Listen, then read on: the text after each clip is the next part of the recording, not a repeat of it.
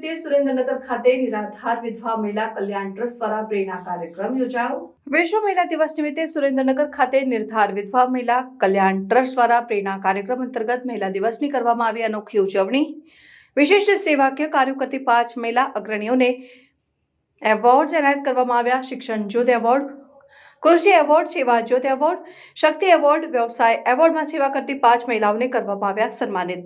11 વિશિષ્ટ વિધવા મહિલાઓનું અભિવાદન અને સન્માન કરવામાં આવ્યું। શિલ્ડ પ્રમાણપત્ર, શાલ, મીઠાઈ બોક્સ અને રોકડ સહાય આપીને કરવામાં આવ્યા સન્માનિત। 101 વિધવા મહિલાઓની પુત્રીને પંજાબી ડ્રેસ વિતરણ કરવામાં આવ્યા। મહિલા વિશ્વ દિવસ છે। સમગ્ર વિશ્વમાં આ દિવસને મહિલા દિવસ તરીકે ઉજવવામાં આવે છે। સુરેન્દ્રનગરમાં આ દિવસની ઉજવણી કરવામાં આવી।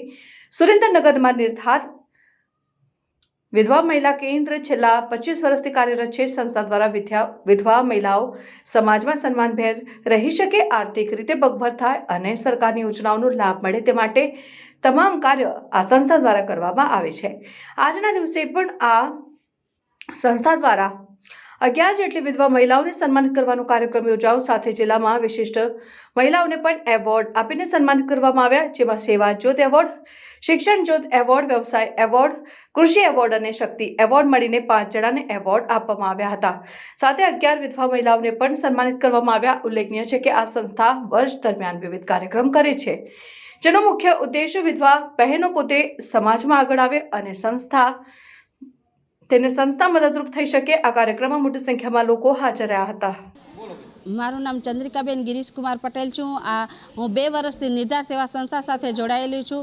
રાજેશભાઈ રાવળ અને મીનાબેન મહેતા આ સંસ્થાના સંસ્થાપક, જેઓ 1250 બહેનોને મદદ કરે છે અને જેમાં કોમ્પ્યુટર તાલીમ, સીવણ તાલીમ, પછી રસોડાની અંદર 51 બહેનોને રોજ જે ફ્રીમાં ટિફિન સેવાની મદદ પૂરી પાડે છે। અને અહીંયા જે અમારી જેવી વિધવા બહેનો છે, જેની દીકરીઓ જે નિસહાય છે, જેને આગળ એમ કે શું કરવું એના માટે રાજુભાઈ દરેક રીતે તત્પર રહે છે અને બહેનોને આત્મનિર્ભર બનવા માટે કાયમ એમ કહીને કે દુઃખના સમયે જે આપણે સહારો જે મળવો જોઈએ, જે અમારી વિધવા બહેનોને જે અંધકારમય જીવન હોય છે એને કઈ રીતના આગળ ઉજ્જવળ બનાવવું અને એમને કઈ રીતના આગળ જીવનનો નિર્વાહ ચલાવવો, એના માટે અમારા રાજેશભાઈ રાવળ તત્પર રહે છે।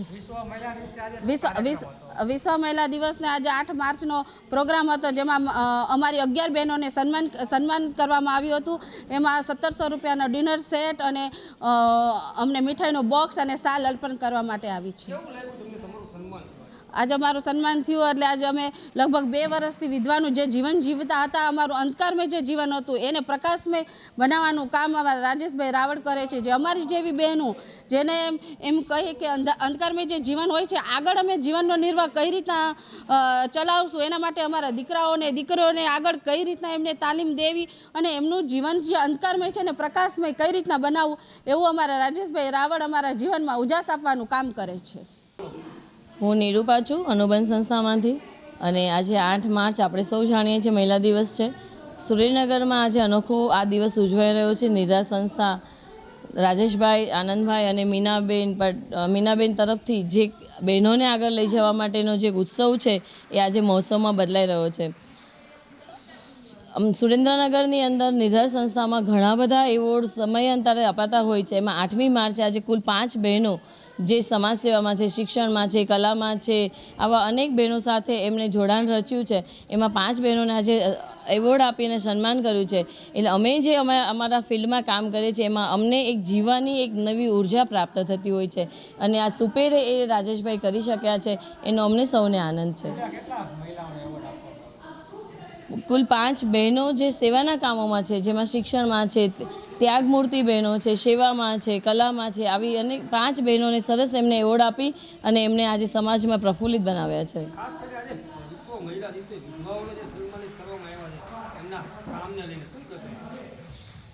નિર્ધાર સંસ્થાનું એક અનોખું કામ છે કે જેમાં વિધવા બહેનો જે પોતાની કારકિર્દીમાં નાના કામથી લઈને મોટા કામ સુધી એમની તાલીમોથી લઈ અને એમના શું કહેવાય કે તાલીમ આપીને પછી એમને કામ આપવું ત્યાં સુધી નિર્ધાર સંસ્થા કામ કરે છે.